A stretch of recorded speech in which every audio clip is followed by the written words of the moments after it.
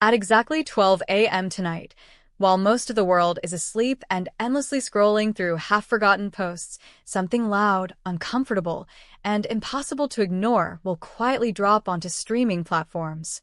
A new documentary, a familiar name, and a question that refuses to be answered easily.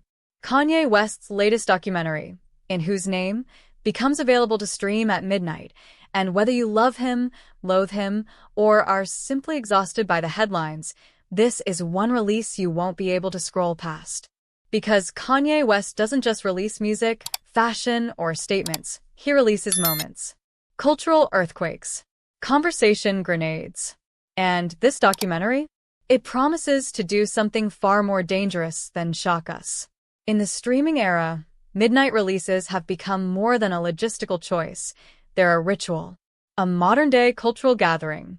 When something drops at midnight, it's not just content, it's an event. Kanye knows this better than anyone. Midnight is when the noise quiets down, defenses drop, emotions feel louder, and curiosity wins. By choosing midnight, In Whose Name, isn't competing with daytime distractions.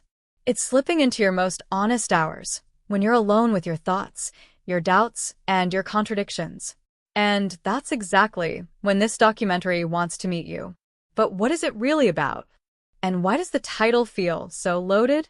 At first glance, the title sounds almost religious, philosophical, slightly accusatory. In whose name? In whose name do artists push boundaries? In whose name do fans defend the indefensible? In whose name do critics condemn without context? In whose name does society build icons and then tear them down?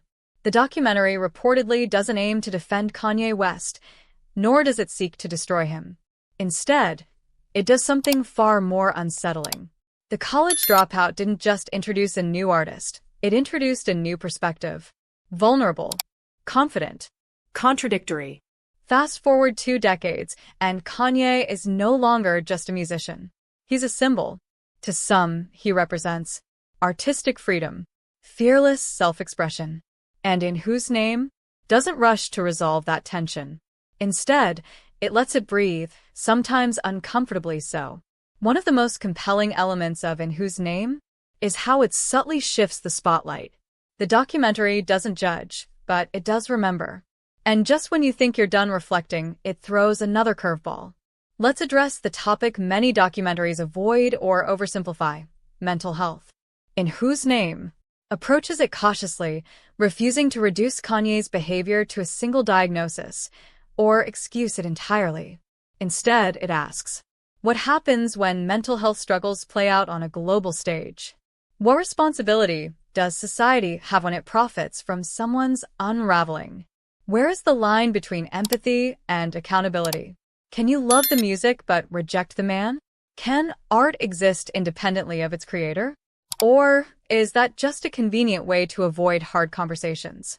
In Whose Name doesn't give a definitive answer, and that's the point. Instead, it presents fans who feel betrayed, fans who feel misunderstood, artists inspired by Kanye's fearlessness, critics frustrated by his impact. The documentary invites you to sit with the discomfort. Why this documentary feels different from the others. We've seen Kanye documentaries before. Polished ones, emotional ones, nostalgic ones. In Whose Name resists closure. There's no neat ending, no redemption arc, no final message spelled out in bold letters. Kanye West is not a completed story, and neither is our relationship with fame, creativity, and consequence. At midnight, millions will press play.